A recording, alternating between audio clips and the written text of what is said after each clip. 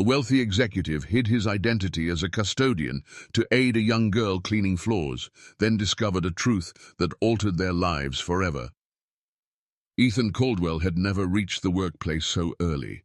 Typically, his chauffeur would arrive at the exclusive entrance just before 8, where shiny shoes stepped onto concrete and glass doors parted automatically before him. But today, for reasons he couldn't quite grasp, he rose before dawn with an odd unease in his heart. He dressed alone, skipped his meal, and drove himself. The city lay quiet. Street lamps glowed against the faint golden hue of morning, and mist hung low over the pavement. He pulled into the lot of Pinnacle Enterprises, a sleek tower of glass and steel, and parked in a spot usually meant for delivery trucks. The building stood hushed, not yet alive with assistants, calls, and schedules. He preferred it this way, pure, serene, and calm. Only the guard, Tom, was there, sipping thin coffee from a paper cup at the desk, eyes half closed. As Ethan entered the marble foyer, something surprising caught his notice. There, by the far wall under the broad staircase, a small figure knelt close to the ground. He slowed his pace, his glossy shoes tapping softly against the tiles, and saw her clearly for the first time.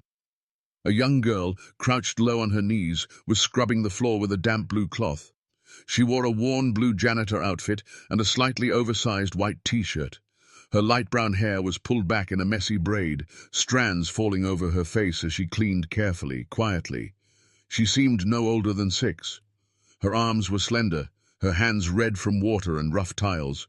But it was the look on her face that struck him, focused, somber, and far too grave for a child. There was no complaining, no playing. She worked with the kind of silent precision born of necessity. Ethan stopped and turned to the guard. "Tom? Who is that?" he asked, voice hushed. Tom rose slowly, glanced where he pointed, and sighed. "That's Lily. Her mom's the night cleaner here. She's in the hospital ICU, fell into a coma last week." Ethan's brows knitted. "And the girl, why's she here?" "She showed up 2 days ago," Tom said, voice heavy. "Said she'd do her mom's job until she recovers. We tried to stop her, offered money, food. She won't take it unless she earns it. Says her mom taught her that. Says we don't take charity." Ethan stared at the girl. Her movements, her expression, it felt unreal. A child in an adult world surrounded by marble and steel, cleaning floors before dawn as if it were the most ordinary thing. "She's 6, Ethan said softly, almost to himself. "Yeah," Tom nodded, "but she acts like she's 60.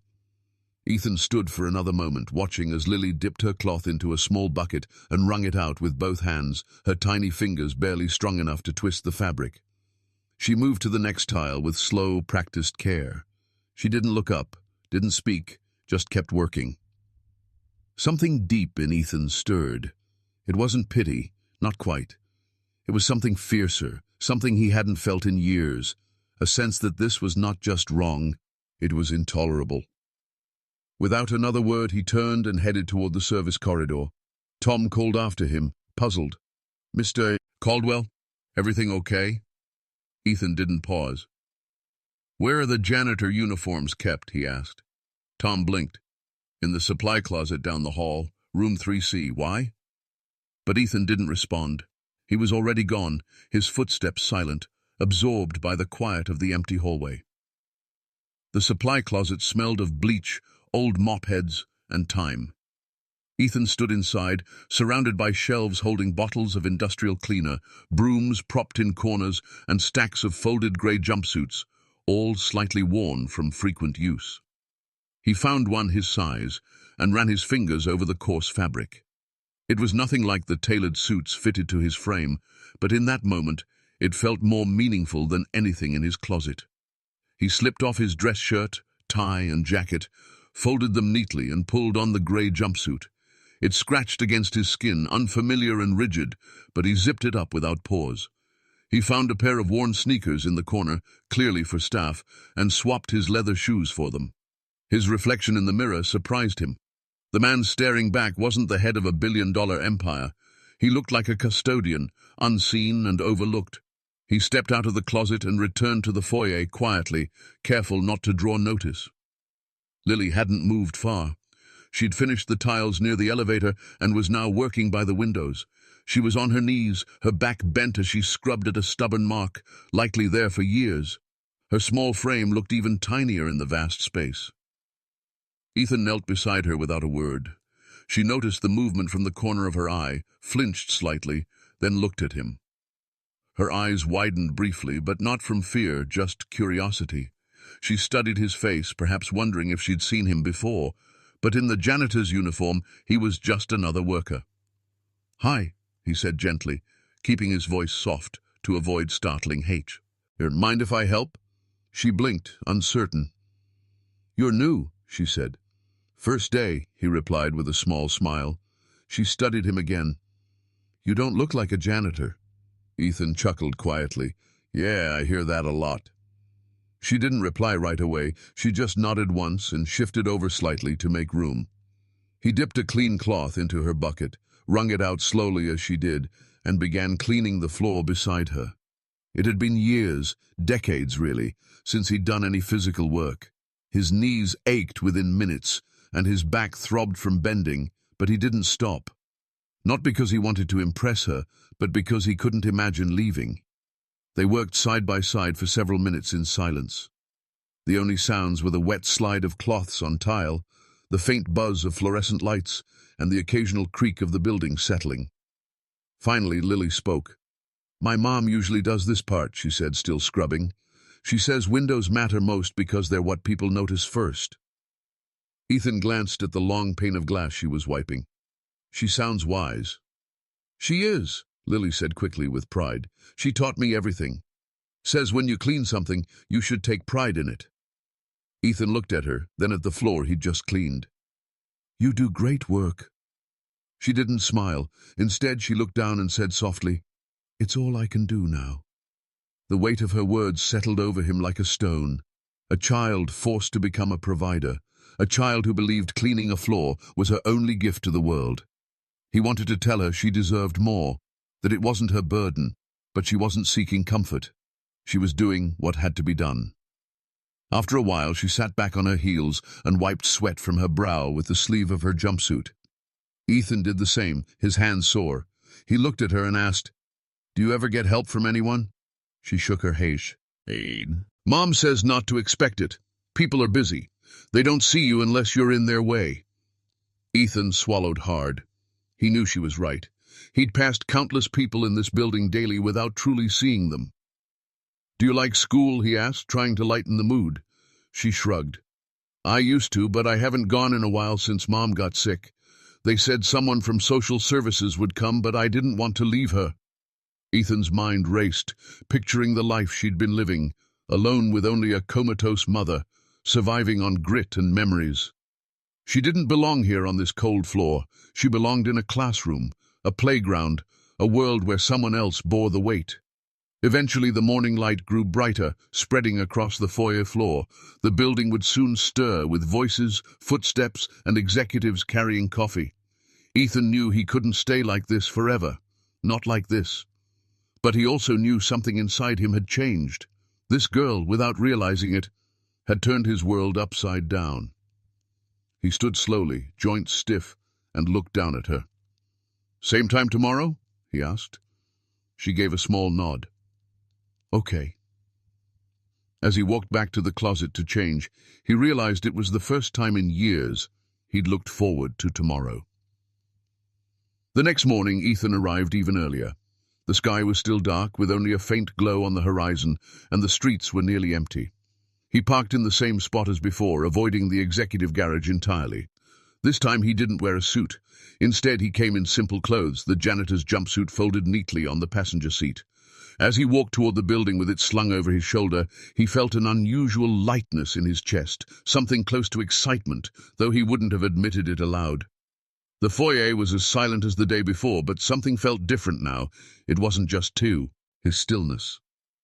It was the sense of something waiting to unfold. He nodded to Tom, who raised an eyebrow in recognition, but said nothing. The two men had reached a quiet understanding. Ethan went straight to the supply closet, changed quickly, and stepped back into the open space just as Lily appeared from the side hallway, dragging her small bucket and cloth along the tile. She looked at him and blinked once, as if confirming he was real. He gave her a small wave, and she returned a smaller one. Then she knelt and resumed cleaning as if nothing had changed.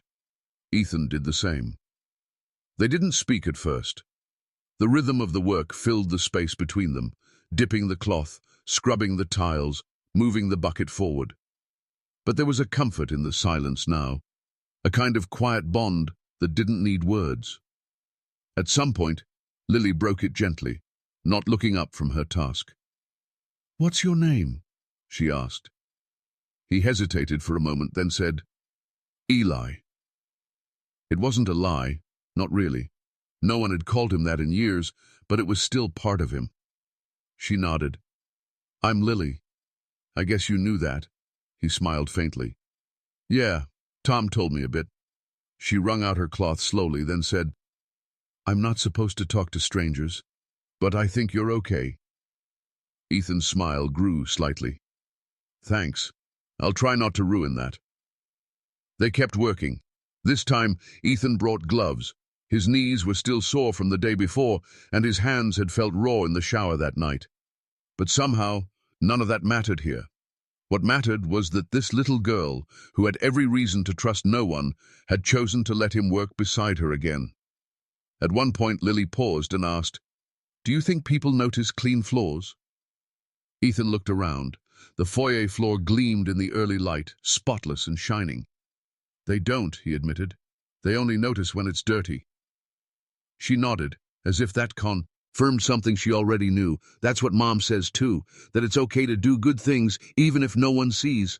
Ethan stared at her for a moment, trying to grasp how a 6-year-old could understand something most adults never did.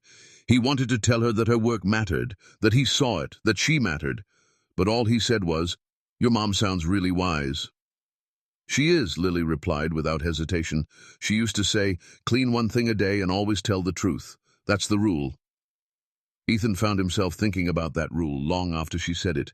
Clean one thing a day and always tell the truth. It was simple, powerful, and somehow it made his vast corporate empire, his board meetings, his deals, feel strangely empty. As they continued working, the first signs of the workday appeared. The elevator chimed in the distance. Coffee machines hummed in the break rooms. Ethan stood slowly, brushing off his knees, and glanced at the large wall clock. It was nearly 7. Soon employees would arrive. He knew he couldn't be seen like this again. Not yet. Not without questions he wasn't ready to answer. He turned to Lily and said, "I've got to go upstairs soon. Want me to bring breakfast tomorrow? Something warm?" She tilted her head slightly, unsure. "You don't have to." "I want to," he said. She shrugged, but a flicker of something, hope perhaps, or curiosity, crossed her eyes. "Okay, but nothing fancy. I like plain toast." Ethan nodded. "Plain toast it is." She watched him leave, and for a moment he felt her gaze trailing him down the hallway like a thread connecting them. Back in the supply room, he changed quickly, smoothed his hair, and buttoned his shirt as if nothing had happened. When he entered his executive office minutes later, no one could have guessed he'd just spent an hour scrubbing floors with a child. But inside, he knew he was different. Something about Lily, her quiet strength, the courage in her sad little eyes, had begun to shift something within him. She didn't need saving. She needed someone who showed up. And for the first time in his life, Ethan Caldwell wanted to be that person, not just for a morning, not just in secret, but for real. Ethan kept Lily's presence a secret. He didn't tell his assistant, his board, or even Tom beyond what was already said. It felt too fragile, too personal, too unlike anything he'd ever done. Each morning before the building woke, he'd arrive in darkness, change into the gray jumpsuit, and meet Lily in the foyer. It became a routine neither questioned. By the 4th morning, she no longer seemed surprised to see him. She simply handed him a clean cloth and pointed to the section of floor she hadn't reached. No chatter, no grand welcomes, just the quiet acceptance that comes from shared presence. Ethan learned her habits quickly. She always started with the baseboards, then moved to the tiles, finishing with the glass. She worked with an intensity like a clock wound too tightly, always focused, always striving for perfection. He admired her dedication, but also felt its weight. This wasn't just a task for her, it was a mission. It was survival. One morning, as they scrubbed beneath the large window panels, he finally asked, "What do you do after this?" Lily didn't answer right away. She kept wiping the glass, moving the cloth in wide circles. When she spoke, her voice was soft but sure. "I go to the hospital. They let me see her for a few minutes a day. Sometimes she's awake, but she doesn't speak. She just looks at me and blinks." Ethan nodded slowly. "Does anyone go with you?" "No. The nurses know me now. They give me 10 minutes if they're not busy." He hesitated, the cloth in his hand. "Still. You go alone every day?" She looked up at him briefly, then shrugged as if it didn't matter. "She's my mom." That answer struck him deeply, not dramatically, but profoundly. It carried both pain and pride, making Ethan question everything he thought he knew about duty and love. He'd built empires, mentored leaders, managed billions in assets. But this child, who had nothing, who asked for nothing, showed more strength than most people he'd ever worked with. He didn't want to pry, but the words slipped out. "What about your dad?" Lily didn't flinch. "Never met him. Mom said he wasn't worth knowing." Ethan absorbed her words without responding. For several minutes they worked in silence again, but something had shifted between them. She'd opened a small window into her life, and he felt a greater responsibility now, not just to keep showing up, but to do something meaningful. As the sun crept through the glass, lighting the freshly cleaned floor, Lily stood and stretched her arms with a small groan. Ethan offered her the water bottle he'd brought. She took it, nodded her thanks, and sipped slowly. "Why do you help me?" she asked suddenly. Ethan was caught off guard. "Because no one should have to do this alone." She narrowed her eyes slightly, as if trying to see through his words. "But I'm not your problem." "No," he said, placing his cloth back in the bucket. "You're not a problem at all." She seemed to consider that. Her face softened just a bit, and for the first time she smiled, not wide, not showy, but real. A small fleeting curve of her lips that vanished quickly. Still, Ethan saw it, and for reasons he didn't fully understand, that tiny smile felt more rewarding than any deal or award he'd ever received. Later that afternoon, back in his office, dressed in a tailored suit and seated behind a desk of imported wood, Ethan couldn't focus. Emails piled up. Decisions waited. Reports needed approval. Calls demanded answers. But his mind kept returning to Lily. Her hands red from bleach water, the way she folded her cloth so carefully, the quiet courage in her voice. He opened a new tab on his computer and began searching. Hospitals, patient records, legal guardianship, school re-enrollment for children without active parents. His assistant knocked, reminding him of a finance meeting. He waved it off, eyes glued to the screen. That evening he called a contact at a legal firm handling sensitive family cases. When they answered, he spoke without hesitation. "I need help with a child," he said, "and I don't want anyone to know. Not yet." The voice on the other end was confused but professional. "Is this for a relative?" "No," Ethan said. "It's for someone who has no one else." When he hung up, he leaned back in his chair, the city lights flickering beyond the window. For the first time in years, he didn't feel like a man at the top of the world. He felt like a man searching for something real. He didn't know what would happen next, but he knew one thing for certain. He was all in. The morning after his call with the lawyer, Ethan arrived at the building earlier than ever. The city was still cloaked in darkness, street lights glowing quietly, the first hints of dawn barely touching the skyline. Stepping into the foyer, he felt the now familiar presence of Lily nearby. It was strange how quickly she'd become an anchor to his day, grounding him, focusing him. He changed into the janitor's uniform without pause, hanging his coat and tie neatly in the closet, and emerged just as Lily appeared from the side hallway, bucket in one hand, blue cloth in the other. She gave him a nod, their routine greeting, and set the bucket down with practiced care. Ethan knelt beside her, and together they began cleaning in silence. It was their rhythm now. No small talk at the start, just the work, the movement, the quiet understanding that this was their shared world for now. But Ethan's mind was far from quiet. As they scrubbed side by side, he couldn't stop thinking about the meeting he'd scheduled for that afternoon. His lawyer had found records of Sarah Brooks, Lily's mother. She had no listed family, no relatives willing to take custody. The hospital deemed her case low priority, with only a nurse checking in occasionally during her unconscious hours. The state was starting to process emergency foster placement for Lily. Once the system moved, she'd be gone, placed in a group home, removed from the building, from the only routine she'd built since her mother's collapse. And from Ethan. He didn't have a plan yet. He wasn't sure what he was doing. He'd never considered guardianship, never wanted children, never even kept a pet in his penthouse. But none of that mattered now. What mattered was this little girl, who refused to ask for help and kept showing up with the resolve of someone far beyond her years. She'd become someone he couldn't turn away from. "Lily," he said softly, dipping the cloth in the bucket again. "What would you do if you didn't have to work here every morning?" She paused, looking up at him. "I don't know. Probably sit in the hospital lobby until they let me in." "What about school?" "I used to like it," she said, "but I didn't like the questions. They'd ask about my mom or why I wore the same shoes every day. It made me feel like a problem." Ethan swallowed the lump in his throat. "You're not a problem." She looked down, her fingers twisting the cloth tightly. "I know, but people don't always agree." They fell into silence again. The weight of her words hung heavy and raw. Ethan knew he couldn't promise her the world, but he could change her world, even if it meant stepping far outside his comfort zone. Later that afternoon, he met with the lawyer in a private office above the main building. He laid out everything: Lily's situation, her mother's legal status, the lack of family, and his desire to act before she vanished into the system. The lawyer listened carefully, brows furrowed. "You understand what you're asking," she said. "Temporary guardianship is one thing, but long-term, you'll need court approval. Child services will run background checks, home visits, psychological assessments. It's not simple."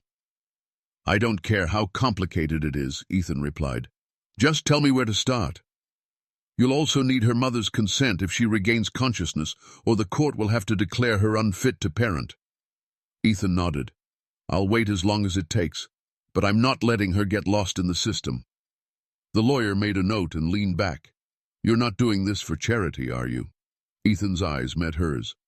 "I'm doing this because she shows up every morning alone, and she deserves someone to show up for her." Over the next week, things began to shift. Ethan continued meeting Lily each morning, still in the jumpsuit, still helping her clean. But he also started asking more questions, not to pry, but to understand what she needed, what she feared, what comforted her. He learned she loved sketching but never had her own pencils. He learned she liked rainy days because fewer people were around. He learned she hummed softly when nervous. He also began preparing his home. It had never housed a child. The silence, glass walls, and sharp corners felt wrong for someone like Lily. So he ordered rugs, soft lights, a bed sized for her small frame, and a blanket in the exact shade of blue she always wore. He set up a small table with art supplies and bought a bookshelf he wasn't sure how to fill yet. Lily didn't know any of this. To her, Ethan was just Eli, the janitor who worked beside her. She didn't ask for more, didn't even ask what he did after they cleaned. But one morning, after they'd finished wiping the entryway, she turned to him and asked, "Why do you come here?" Ethan paused. "Because it's the only part of the day that feels right." She tilted her head. "You mean cleaning floors?" He looked at her with a quiet smile. "I mean being with you." She didn't respond, but something softened in her face. A kind of calm settled in her small shoulders, as if she'd been waiting for someone to say that and mean it. That night, Ethan sat alone in his apartment, reading through guardianship documents. They were filled with legal jargon, state codes, and lines needing signatures he wasn't used to signing outside business. But for the first time in years, he didn't feel like he was closing a deal. He felt like he was opening a life. And this time it wasn't just about changing hers, it was about changing his own. The call came sooner than he expected. Ethan was at his desk late one evening, long after his staff had left. The office was dim, lit only by his computer screen and the city lights stretching beyond the glass. He was reviewing a child welfare report from his lawyer when his phone buzzed. It was an unfamiliar number, but something told him to answer. "Mr. Caldwell," a gentle, professional voice said. "This is Nurse Clara from St. Francis Hospital. You're listed as the emergency contact for Sarah Brooks." Ethan sat up, heart tightening. "Yes, I am. What's happened?" "She's awake," the nurse said softly. "Not fully alert, but responsive. She's opened her eyes and nodded when we asked her name. She can't speak yet, but she's conscious." For a long moment, Ethan was silent. Relief hit him hard, mixed with a strange thread of anxiety. He thanked the nurse, got the address, and hung up, already standing and grabbing his coat without realizing it. The drive to the hospital was quiet, his hands gripping the wheel tightly. His mind raced with questions. Would Sarah remember anything? Could she speak to Lily? Would she want to? And what would she think of him, a stranger stepping into her daughter's life uninvited? He walked through the sterile ICU corridors with slow, steady steps. Fluorescent lights cast a clinical glow over the polished floor, and the air carried the faint beeping of monitors and hushed nurse conversations. He stopped at room 112, took a breath, and gently pushed the door open.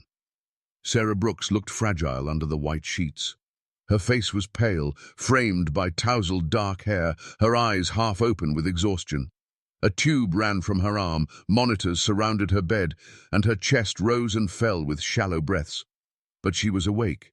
Her eyes turned to him slowly as he entered. He stood still at the door for a moment, not wanting to startle her. Then he stepped closer and said quietly, "Hi, my name is Ethan. I've been helping Lily." Her eyes blinked once, slowly, filling with something like confusion, but also relief. Tears began to form. She tried to speak but couldn't.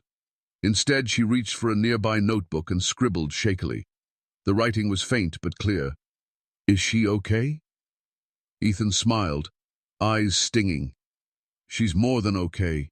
She's strong and brave. She's been coming to see you every day. I don't think she's missed one." Sarah closed her eyes for a long moment, as if taking in the weight of those words. When she opened them, she gestured for the pen again. "Who are you?" she wrote. Ethan hesitated. It was a fair question. What could he say that wouldn't sound like a lie or an overstatement? "I'm someone who saw her," he said softly. "Really saw her. She was cleaning the foyer of my office. Building, said she was working for you, refused to take charity. So I stayed. I've been helping her. I didn't plan it. I just couldn't walk away." Sarah's hand trembled as she wrote again. "Thank you." He shook his head. "She saved me too. You should know that." They sat in silence after that, the weight of their shared connection growing quietly between them. He didn't tell her everything yet. Not about the guardianship papers, the lawyer meetings, or the room he'd prepared for Lily. It wasn't time.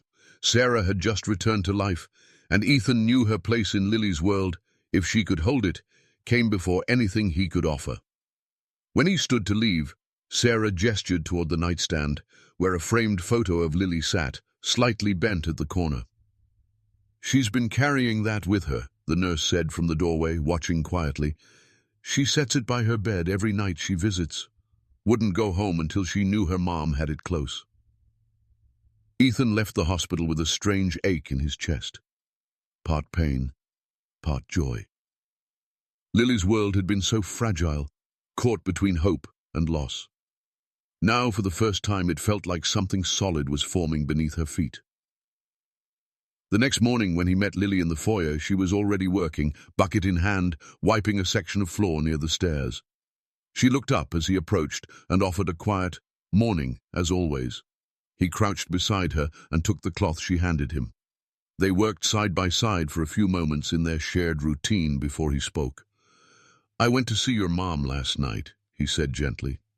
Her hand froze mid-motion. She didn't look at him right away, her eyes fixed on the floor. "She's awake," he continued. "Not fully, but she opened her eyes. She knew your name." Lily dropped the cloth and stared at him, lips parted, expression unreadable. "You're not lying," she whispered. "I wouldn't lie about that." "Yes." He stood quickly, almost stumbled, and stepped back as if needing space to feel the news weight. Her hands covered her mouth, tears welled in her eyes, but she didn't cry, not like a child. She just nodded repeatedly as if holding herself together piece by piece. "I thought," she began but couldn't finish. Ethan stood too. "You can see her today. I'll drive you myself if you want." She nodded again, slower this time, and walked toward the staff closet without another word. She moved like someone waking from a long nightmare, unsure if the world she stepped into was real. That afternoon, Ethan stood outside Sarah's room, watching through the glass as Lily entered. Her small figure paused in the doorway. Sarah looked up from her bed, her eyes widening as Lily ran to her, wrapping her arms around her with a tenderness and strength that seemed to fill the room.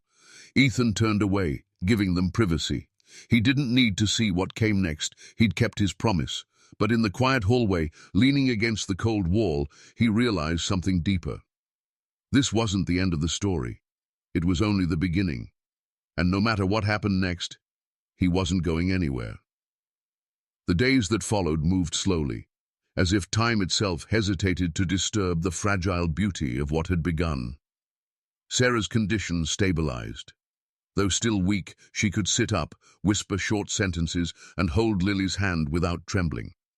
The nurses said her recovery, while uncertain, had taken a hopeful turn. Lily stayed by her side every moment the hospital allowed, clinging to every breath, blink, and word from her mother as if it were a miracle unfolding. Ethan, often in the background, remained ever present, driving Lily to and from the hospital, bringing meals, sitting quietly in the waiting room so she'd never feel alone when visiting hours ended.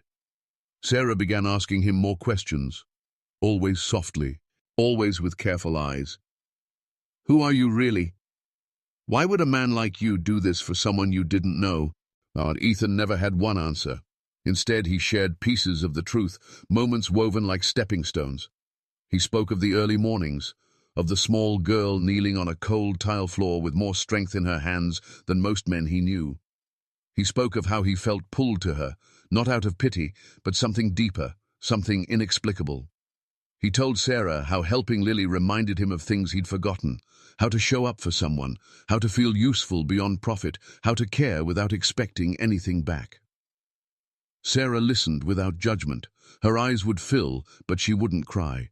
She just nodded, as if she already understood. Eventually, when Sarah was strong enough, she asked about Lily's life during the weeks she'd been unconscious. Ethan told her everything, how her daughter insisted on cleaning the foyer floors each morning, how she refused unearned money, how she kept showing up to protect her mother's job. He didn't hold back the painful parts, the parts that showed how much Lily had sacrificed. Sarah listened silently, her hands trembling slightly. When he finished, she whispered, "I raised her not to need anyone, but I never wanted her to be alone." Ethan reached over and gently placed his hand over hers. "She's not alone now." Meanwhile, at the office, things shifted in ways Ethan hadn't anticipated. Employees whispered about their CEO arriving before dawn. Rumors spread of him cleaning floors with a child, of changes in his tone, his demeanor, his gaze. People noticed he lingered in meetings, listened more closely, took more time with decisions that once were automatic. Some called it a midlife shift, others guessed charity work. No one knew the truth, but the building's atmosphere began to change, subtly at first, then noticeably. Departments once isolated began to collaborate. Staff meetings included moments of recognition for the custodial team. Mion anonymously left thank you notes for night workers. It was as if one child had unknowingly reminded an entire company that people mattered more than performance. One morning, as Lily stood in the foyer watching the sunrise through the tall windows, Ethan handed her a small box. She opened it cautiously as always and found a simple name tag, white with black letters. Lily Brooks, honorary staff member. Her eyes widened slightly. She looked up at Ethan confused. "But I don't work here anymore." He smiled. "No, you don't have to. This is just so everyone knows you helped build something here." Lily stared at the tag, turning it over in her fingers. After a long pause, she whispered, "Can I still come sometimes?" "Any time," Ethan said. "As often as you want." Not long after, Sarah was discharged from the hospital. Her recovery would be long, months, perhaps years, but she was ready to go home. The problem was, they no longer had one. Their old apartment had been cleared after Sarah's coma began. With no rent payments, no income, and no one to advocate for them, the landlord had legally removed their belongings. The system had failed them quietly, without compassion. When Ethan heard, he didn't hesitate. He'd already prepared a space in his home, not because he expected them to move in, but because something inside him insisted it was time to make room. The guest suite was transformed into a two-bedroom haven, one room for Sarah, another for Lily. He filled them with warm tones, soft rugs, bookshelves and toys he wasn't sure were age-appropriate but hoped would be loved. When he offered it to them, Sarah resisted at first, her pride still strong despite her condition. But Lily took her mother's hand and said, "Please, I want us to be safe." They moved in 2 days later. Life settled into a new rhythm. Ethan no longer wore the janitor's jumpsuit each morning, but he kept it in his closet, neatly folded. Sometimes, when alone, he'd take it out and touch the worn fabric, recalling the days that changed everything. Sarah spent her days regaining strength slowly, cautiously, while Lily returned to school. She began sketching, laughing more, making friends. Ethan noticed her voice growing louder, her steps quicker, her eyes brighter. She had begun to live. One evening, as the three sat at the dinner table eating takeout with music playing softly, Lily looked up from her plate and asked, "Can I call you something?" Ethan raised an eyebrow. "Sure. What is it?" She hesitated, then said quietly, "Can I call you family?" Sarah didn't speak, just looked down at her hands. Ethan felt something shift inside him. Slow, permanent. He nodded. "Yes, of course." No ceremony marked that moment. No papers were signed. But in that quiet room, under the warm glow of soft lighting and simple food, a new bond was sealed, not by law or blood, but by presence, choice and love that had grown slowly, silently, and unshakably strong. The months that followed unfolded gently, with a slowness that allowed healing to take root. The house was no longer a silent monument of glass and steel. It was filled with life, light footsteps running down hallways, soft music from an old kitchen radio, the quiet murmur of bedtime stories read aloud. Sarah grew stronger. Her voice returned fully, and her body, though still tired, moved with purpose again. She insisted on doing things herself despite Ethan's offers to help. She began cooking simple meals, reading again, helping Lily with homework in the evenings. Her resilience inspired him more than any business success ever had. Ethan adapted to his new life with a grace that surprised even himself. Board meetings no longer define his week. He was still the CEO, still respected, still in command. But something fundamental had changed. He no longer stayed late at the office, no longer chased projects for the thrill of conquest. He came home on time, asked Lily about her school day before reading financial news, and found himself wanting less from the world and more from moments. Moments like watching Lily curl up with a book, or hearing Sarah hum while folding laundry. What no one outside their home knew was that Ethan had made a decision long ago, not just to help, not just to provide, but to belong. With his legal team's help, he filed for legal guardianship of Lily, not to take her from Sarah, but to give her another layer of safety, another adult she could rely on without fear. Sarah hesitated at first, protective and cautious, but in the end, she understood what Ethan already knew.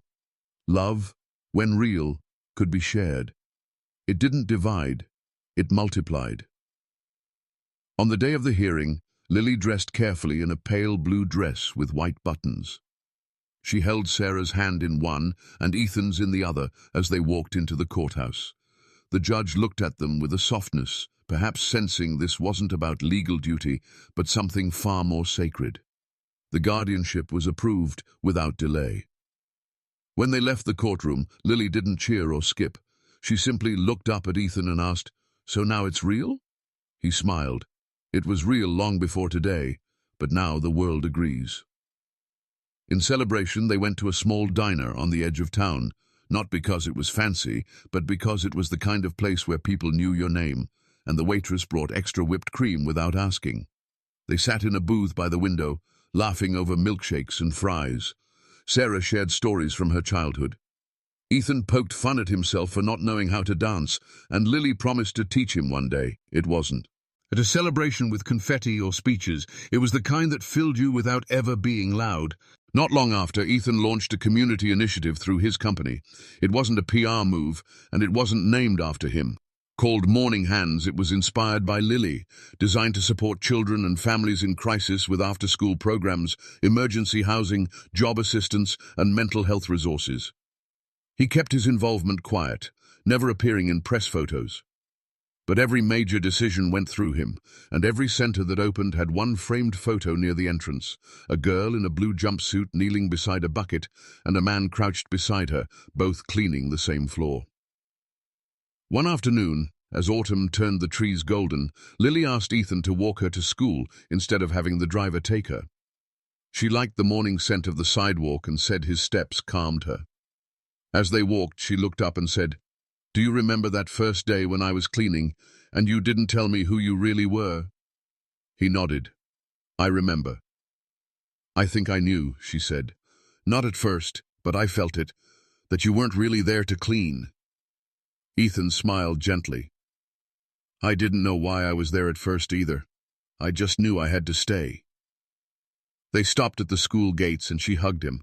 Not a hurried, distracted hug, but a full, grounding one that lingered a moment too long. Then she ran through the doors, her ponytail bouncing with each step. Ethan stood there for a while, watching, feeling the rare peace that comes from a life reshaped not by force, but by grace. Back at home, the grey jumpsuit still hung in his closet, never worn again, but never forgotten. It was no longer just a symbol of where he'd been, it was a reminder of who he'd become. He kept it there not out of nostalgia, but out of reverence. Because sometimes the most powerful beginnings come wrapped in the simplest cloth. Because sometimes love arrives not in grand gestures, but in silence. To humility and the soft sound of two people cleaning a floor before dawn. And because in the end, it wasn't just the girl he had saved, she had saved him too. To me, the ending of this story is not just fulfilling, it's quietly profound. It doesn't rely on a dramatic twist or grand resolution. Instead, it offers something deeper. The truth that real change often begins in the smallest moments, and real love doesn't proclaim itself, it simply arrives and stays. Ethan's transformation isn't just a redemption story, it's a rediscovery of humanity. He starts surrounded by wealth, power, and silence, and ends surrounded by people, purpose, and warmth. What makes this ending powerful is that nothing is magically resolved. Sarah is still healing, Lily still carries scars, and Ethan still has much to learn. But now they're doing it together. In a world that often equates strength with dominance, this story presents a different strength, showing up when no one asks, staying when it's hard, giving without seeking recognition. The final message is clear. Sometimes the most unexpected connections save us, reshape us, and lead us home.